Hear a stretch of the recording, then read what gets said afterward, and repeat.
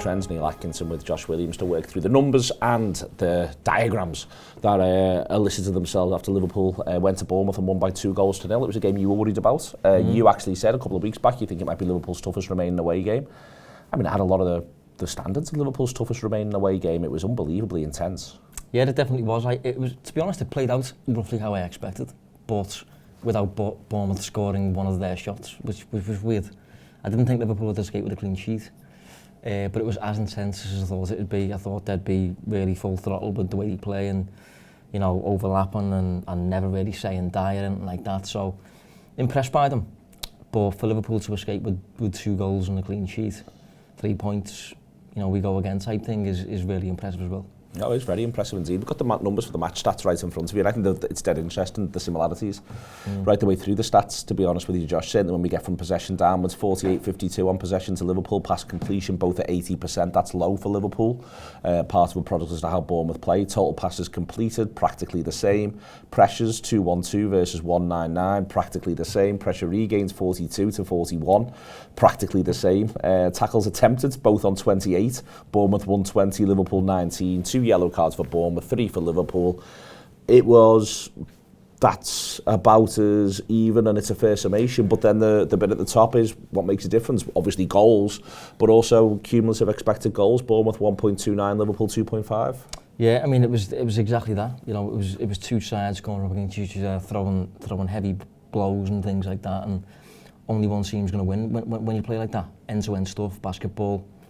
But I think Liverpool's quality, you could argue, was enough to, you know, but I did think it was going to be a coin flip, and I think those numbers suggest that it was very much that, where, you know, I think the even number of shots, roughly, I think Bournemouth had about 15, was it, something like 15, that? 15, Liverpool had 19. Yeah, well, you know, that's an end-to-end game. You know, there's one that's worth watching, it's one that Sky should have bought, but they didn't for some reason. So I had to watch it.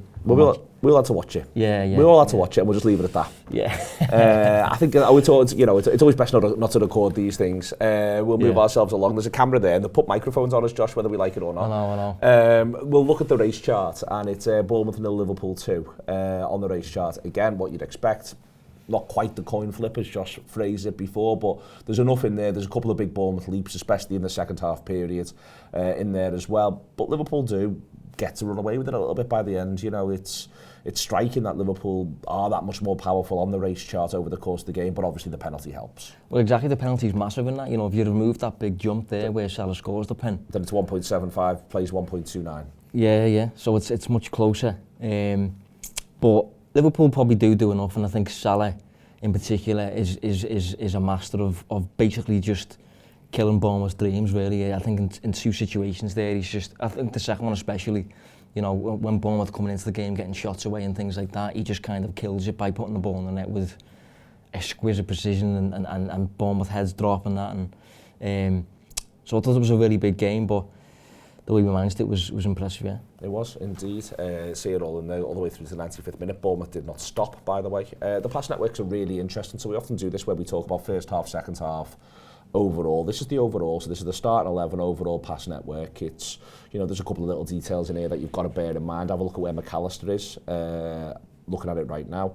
Robertson not quite as advanced as I would have thought, instinctively felt as though he was looking at this, but this is the full 90. This though is the first half, where Robertson's still very high value passer all the way through the game, but not, as I say, not quite as advanced. We're going to talk about this in the coming weeks, I think, when we're trying to imagine a little bit about next season and what we're about here. It's not pleasant for Luis Diaz playing as the centre forward to A, have as little of the ball as he has, because you can see the size of the circle, but also B, that McAllister's average position where McAllister's getting on the ball is just a bit further forward than Diaz. It's very clear Gakpo and Salah are more advanced. Yeah, well, there's a lot on this. I think with Diaz, there's still that question of what exactly is it that Slot is asking his centre forward to do, and if Jota plays it, if Núñez plays it, we still don't really know what the intention is there, because that player doesn't seem to be getting a lot of opportunities to score, which you would ordinarily expect from that player, considering that player is supposed to be wearing a number 9 shirt. I think Gravenberch's position is interesting as well. I wrote a piece on that today. Just floating towards the right-hand side, protecting Trent. potentially because of Salah, but also all because his of pressures were on the right-hand side. Yeah. Well, if you look at Bournemouth's pass map even, you know, they basically build anywhere but the centre of the park. Yeah. Like it's very, very, very wide.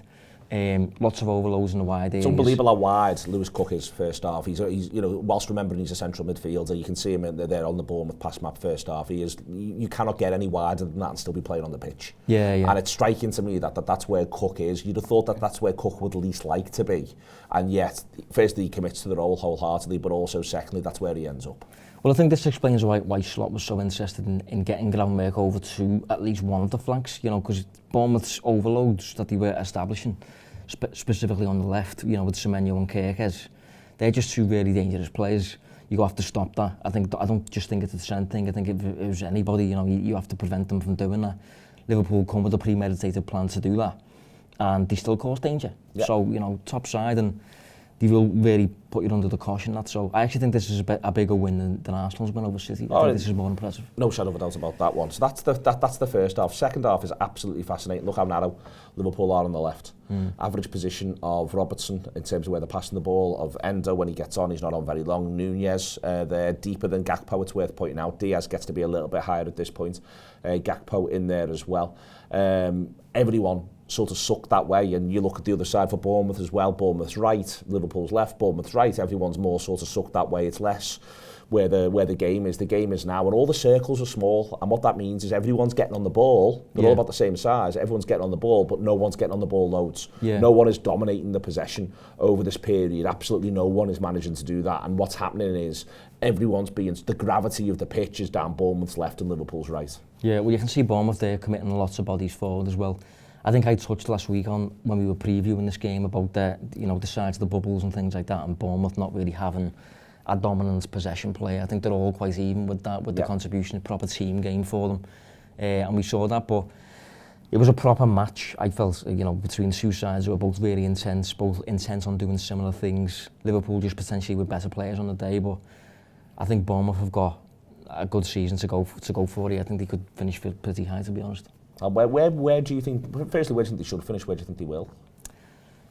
In terms of should, I actually think, based on how they're coached, and to be honest, the players that they've got as well, you could genuinely argue top 5. I think 5th gets a Champions League spot this season, doesn't it? I actually think they might finish above Man City, based on just the way things are going at the moment.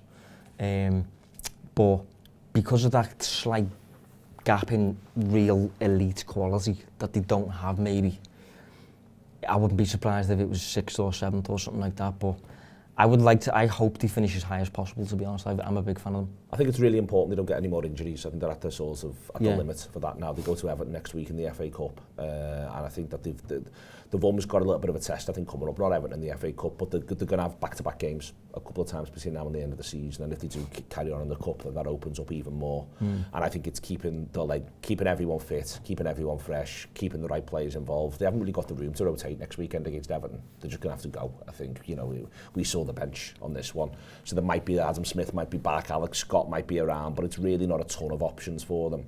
I think it's striking. I think in terms of what you're seeing, in terms of team play over 90 minutes, I don't think there's anyone other than Arsenal and us who I'd say are markedly better than them. I think that Chelsea are having a slightly turbulent time. Forest, I think, have got their strengths, but the way they do it's very reactive a lot of the time as well. And they put 5 past them last weekend, but you don't want to get too carried away with that. It wouldn't be mad to me if you got to the end of the season and Bournemouth had come 4th, but I can also see a world where the load just becomes too great. Yeah, same. And it ends up being 8th, and everyone's a bit, oh, come on. And I think if that's the case, the manager probably goes. At the end of the season. Yeah. I think if they've got European football, I think he'll stay. And I think he'll probably be able to keep almost all the players with him if they've got a year of European football. But because of the age of the players, much of the time, and all that sort of stuff. But I think if they don't have European football, if he's just got to the cusp of it, you could see him thinking to himself, you know what, I just need 1 or 2 stars and watch us go, see what I could do, but I'm never going to get them as Bournemouth manager. Yeah. I think that's difficult. Pressures is Bournemouth's.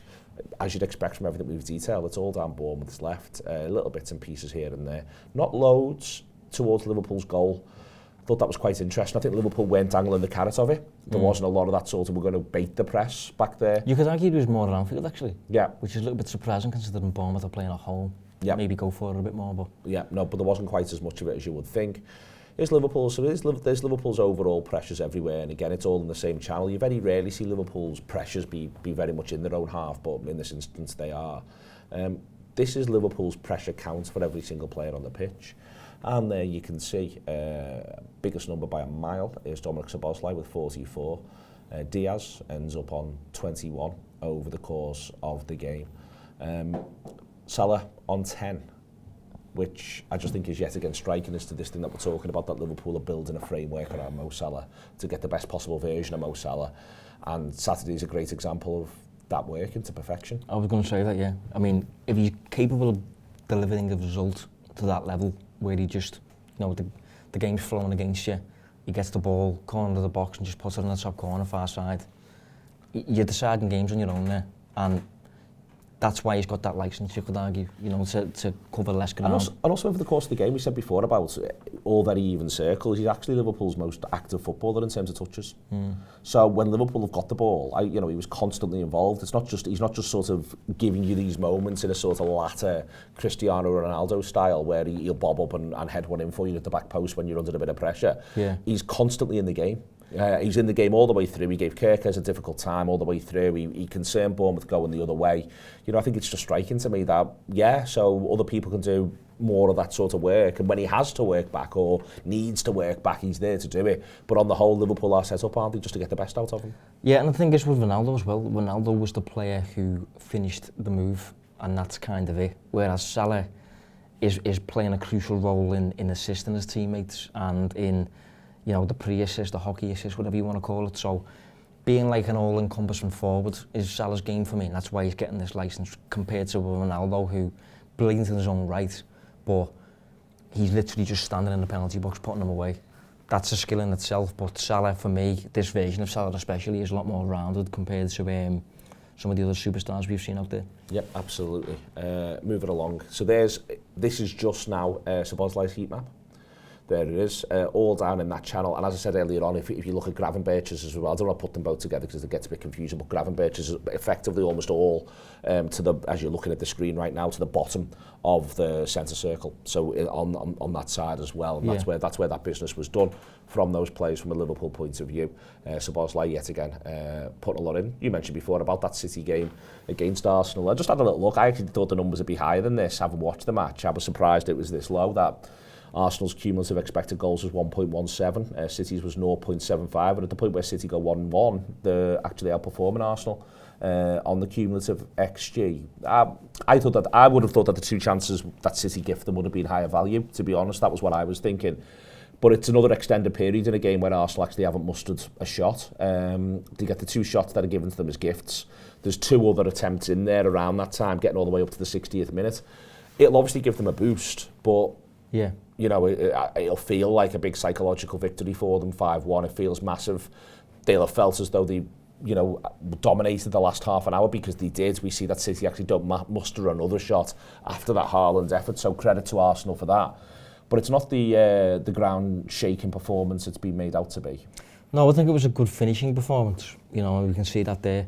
But, you know, first half, especially first hour, you could argue, they basically have no interest in doing anything once they gain a lead. And that lead was very, very early. Obviously, Haaland gets a goal back and then he turn it up again. But you could argue, why don't they do that often? But also, I don't know if they turn... I still can't work out if they turn it up. In that it's a gift and it's a deflection to make it 2-1. Yeah. Straight away, Foden just passes it to the lad, no one closes him down, it flicks off the back of Stones and then it's in the back of the net.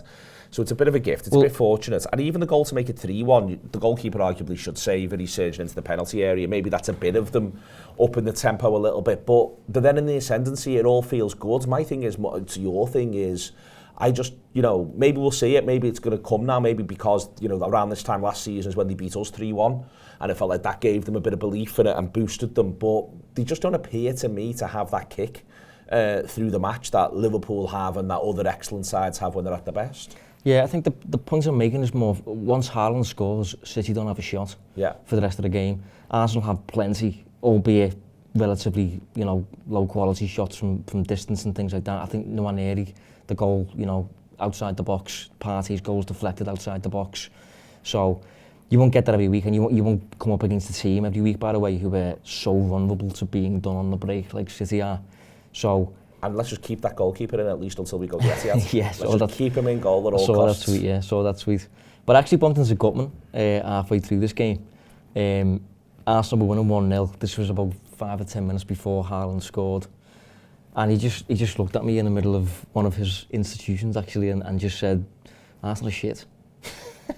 And at the time, I couldn't argue with him because they were just doing that thing again where you just sit on the lead, wait for the opposition almost, and focus on the clean sheet. But it's more evidence of when they don't do that, they look better. So they're in a weird spot, and I don't think we need to be particularly concerned. It looks like a statement win, yes, but I don't think the Arsenal camp has changed very much, personally. I think they've got a really good defence, haven't got the goals across the forwards to deliver the Premier League title, and especially not to chase a team that could be 9 points ahead by the time you next play in the Premier League. So I'm not sure.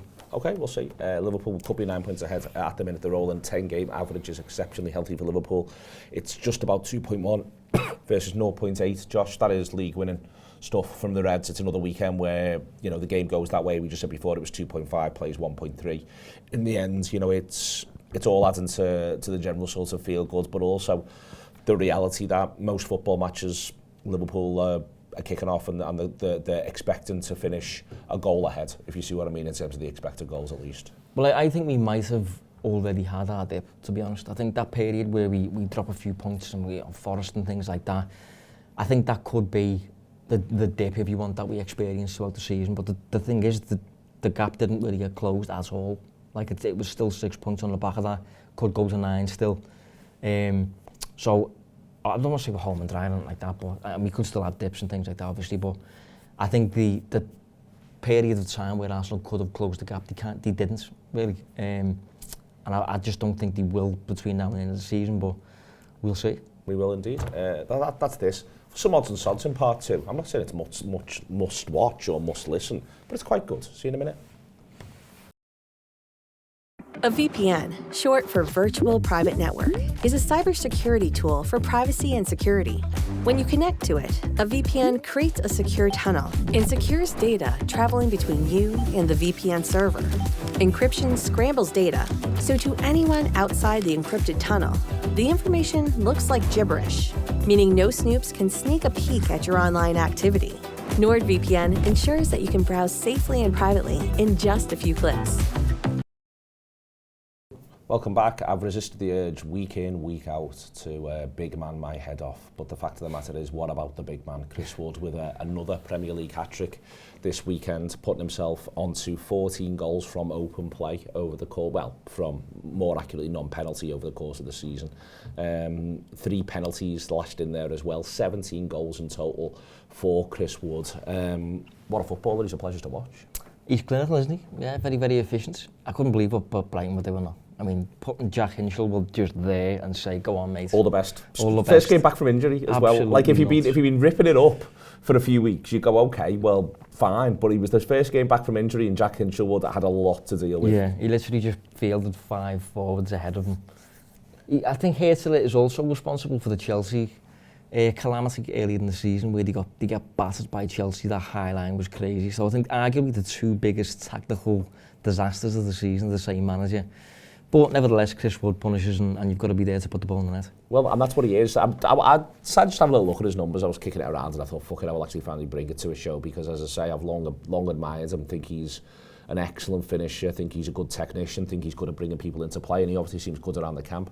One of the things that's really interesting about his numbers, so this is the overall shot map for Chris Wood. The radar's nothing spectacular. 7.2 is the expected goals. He scored 14, and then there's the penalties as well, as I said before.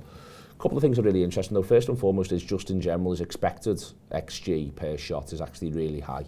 0.17, he gets good chances. Open play, it's 0.18, so actually better from open play. It's not about set pieces with him. So I moved it forward. I looked at all of his shots that would have a value better than 0.15. 0.15. And he's had 16 of those, and he scored with 9 of them. So when you want to talk about being clinical, 0.15 is not a high value really, but it's certainly better than it. It's not a punt. It's not, you know, I was thinking more about the area it'd be on the pitch, if you see what I mean. And close to goal. My point about this is, this is sustainable as long as he keeps getting the chances. If you see what I mean, it's not like it's 3 from distance or from mad angles or anything like that. You actually look at this here, Josh, and what would worry me if I was one of Forest's rivals is there's every chance Chris Wood can keep scoring these chances until the end of the season, and Forest are getting them good chances, and that you know, it's a well set up side that's getting the best out of Wood. It's really interesting to me. He doesn't seem to touch the ball very much the other side of the centre circle until you get to the D, but he touches the ball loads, holding it up around the halfway line, and then manages to arrive onto it in the penalty area, and this is a sustainable shot map. Yeah. It's interesting, I think when I last looked at him, it was around the time Liverpool faced Forest, and I think his conversion rate then for the season was about 29%. Converting 29% of your shots into goals generally doesn't persist. You know, Nunes, I think, posted that at Benfica in his final season. Most players are more around 15 to 18% or something. But I think with Chris Wood, there's just an element of secret sauce. He's currently bang on 33% in terms of the overalls. It's increased then. So he's bang on. Well, the hat-trick will help. Yeah. He's bang on. He's bang on 33%. And as I say, that will stop. There will come some sort of point. But for me, I'm always, when I look at a footballer who's in a good vein of form around goal, is in a hot streak, I'm concerned if the hot streak's outside the penalty area. I think if the hot streak is if the hot streak is quality chances and I'm converting quality chances, then as long as the quality chances keep coming, there's no reason why Chris Wood can't keep performing, if you sort of see what I mean. There will be, at some point in the round, or across 38 games, a reversion to mean. That happens to every player eventually. But sometimes that's because the chances dry up, or something like that. For me, I think if you're able to look at someone and you're able to say before a ball's kicked, he's a good finisher, and then he's getting good chances, and then he's finishing them. Because the thing to point out is, it's a 33% hot streak, but I've actually limited here 16 shots, if you see what I mean, that are of decent quality, and he's converted 9 of them. Yeah. He strikes me as a player who's just got the striker spot absolutely nailed. Like, just knows it inside out, been doing it for ages, knows what he's good at, knows what he's not good at. There's not like one of those who's even ever played wide for any period of time. He's always been the big man who plays up front. Exactly, yeah. I think one thing that's interesting about him as well is, given his age and his physique or whatever you want, you would expect him to be the kind of player who doesn't run in behind. And he doesn't really, but he gets caught offside a lot, you know. Yeah. And that's because he stands behind the offside line and just waits for everyone else to join him. But it works for him. You know, he just knows how to operate in that sense. I think a younger player would constantly be thinking to himself, I'm offside here, I better get. But Chris Wood's just kind of like, well, I know what's going to happen here. The defence is going to drop beneath me anyway. I'll just stand here, I'll conserve my energy. So he just strikes me as a really shrewd, kind of clever operator who's been doing it for ages, and as I said, just knows what he's good at. 0.15 then, and here's Mo Salah, best of 0.15, and it's very, very similar. 5.41, 5.11, 9 goals, 8 goals, Salah scored more penalties. I think the same thing applies to Salah. I'm not sort of, 15 shots for Salah, Wood's 16. I'm not... Look at the triangles as well, eh? Yeah, absolutely. Getting on the end of so many through balls. Yeah, and that's back to, again, a side that's being, you know, created to get the best out of him. Loads of that in there. I'm with Salah, on Salah, I'm not... Like with Wood, really, there's no reason why this... what makes this dry up for me for Salah is that the opportunities stop coming.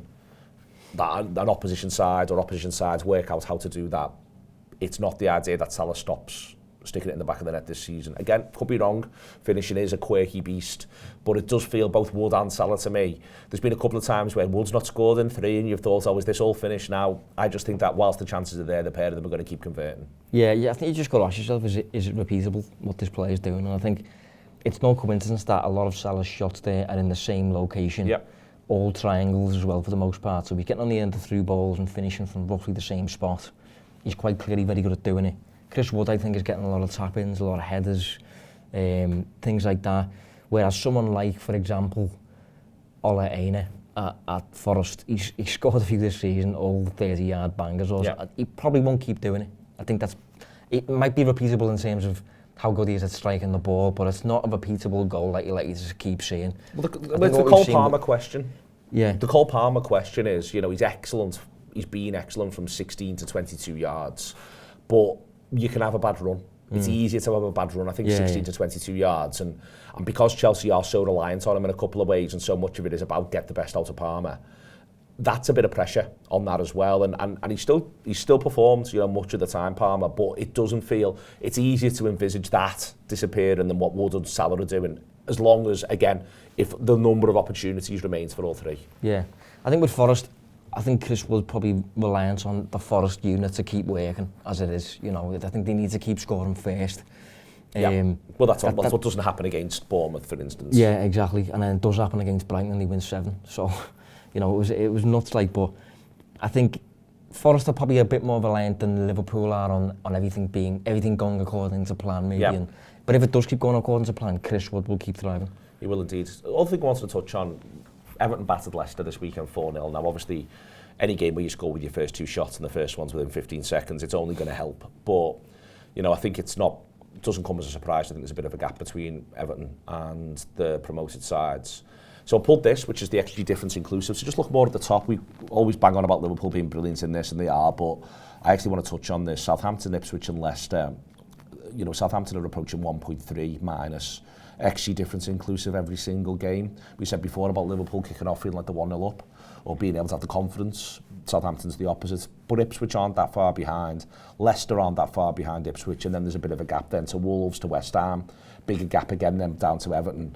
My point is, Josh, the 3 promoted sides, they've never looked like they're at the level. And we are now 24 games in for them. And this does not look at the level at all. All 3 of them are markedly weaker than everybody else in the division, even a struggling Wolves. Yeah.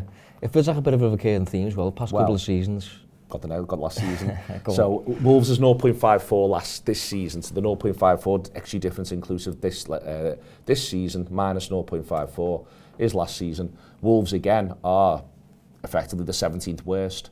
They were also 0.54 last season, XG difference inclusive in this moment, and the 3 worst, nowhere near as bad as Southampton, as just discussed, but still pretty bad, as Sheffield United, Luton Town and Burnley. Then it's Wolves and West Ham are the next 2 down on the list there. It is, you know, you say it's a recurring theme, that's it, recurring year in, year out. It is the 3 promoted sides again. It is then Wolves in 17th, but there is a gap between 18th and 17th. Yeah, it's like if you're a Premier League regular like Wolves, you've got to stoop to a level that's seriously bad to drop beneath whatever comes up to the league type thing.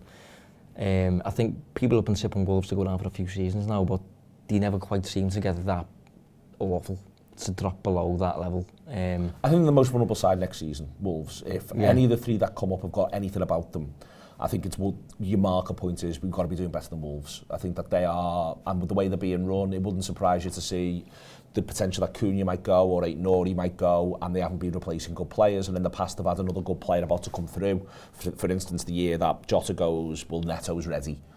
I feel a little bit like they're not doing that, and they're not replacing well. Yeah, well, he didn't really replace Kilman. He didn't replace Neto. Aït-Nouri, I'm not sure who replaces him if he goes. I think he probably will. Cunha's got a release clause in his new contract, so I think he probably goes at some point.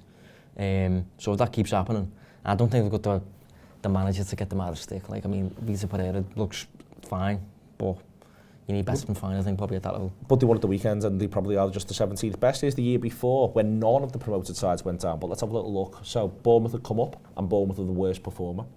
Forest had come up. Forest are the 2nd worst performer. Wolves, 3rd worst performer. Southampton hadn't come up, but they were going to go down. So Southampton are the first team that's getting relegated this season. So Southampton pretty poor, Everton pretty poor, Fulham are the other side that got promoted. And Fulham are about as bad as Everton and about as bad as Leeds on the XG inclusive. Then Leicester. But one of the things we've always said about Marco Silva's Fulham, even this year when they get promoted, is when the game's there for them, they were good at making the most of every opportunity. That was something that I thought that was true of that side. And these numbers are nowhere near as bad as well. Even Bournemouth there are about 0.67 minus XG difference inclusive, the worst performer in this season. But we just said before, Southampton are minus 1.3. So everyone in that's competitive in the end. It's Leeds, Leicester and Southampton who have the hard lines to go down that season. And as I say, the 3 promoted sides stay up. But not one of them sort of, you know, cut a swathe through, but it's just a more congested, tighter league, more competitive. Well, you mentioned there about being competitive. Like, how much of it for you is a playing style thing? You know, because more and more championship sides are getting promoted and playing from the back through thirds in a specific way. That never used to be a thing, did it? But it's growing more and more. It used to be a Norwich thing. Now it's Ipswich are doing it, and it also has come up this season. Southampton will be doing it under Russell Martin to a serious degree. So it could just be that, because if you're doing that, if you're playing like that, there's got to be some kind of talent advantage on your side, I think. But Luton weren't doing it last year, and in the end, Luton weren't doing it. They make a bit of a fist of it. Sheffield United weren't doing anything, but Burnley were, what you've described there. And now Company finds himself at Bayern Munich. But it's just interesting that, and I think it is a direction of travel. It's something to watch. Those numbers, the graph now is worse. The graph in 24-25 is worse than the graph in 23-24. The graph in 23-24 is worse than the graph in 22-23. It is a direction of travel, and I think it's something for the league to keep an eye on. Last couple of things, because I was playing around really, I just thought I'd throw them in there. Liverpool well ahead of everybody for clear shots created over the course of every 90 minutes. Liverpool at 3.75, Tottenham at about 2.9.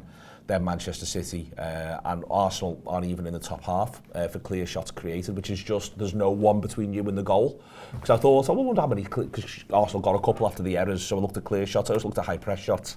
Liverpool approaching 6. Then Chelsea and Bournemouth, you'd expect Bournemouth to be high. I think we all talked about that before, playing them 5.5. Arsenal back, knocking at about 4. It's a Liverpool side that's creating and taking every type of opportunity apart from set pieces, Josh. It's worth sort of pointing that out. All the different types of chances apart from set pieces. It feels like Liverpool have got in the palm of the hand. Thomas Frank said this recently. He literally described Liverpool as the most complete team in the league across all phases and things like that. And I think Liverpool have got the most weapons. I think we've got the most answers to getting out of stick in a certain game. You know, things can go wrong in matches, red cards, penalties and stuff like that. What will ultimately be called upon is your level as a unit and what you're capable of producing in certain moments. And I think Liverpool have got the most answers. Hence why we could go 9 points clear. There we are, could go 9 points clear. Next time we'll do this show, it's the other side of the Merseyside derby. It will be a Thursday trends, there aren't many of them, but then there aren't that many midweek Merseyside derbies. The last ever one at Goodison Park, it doesn't come up on a metric anywhere, but it'll be one hell of a game, and Liverpool should, by the end of it, be 9 points clear. See you later.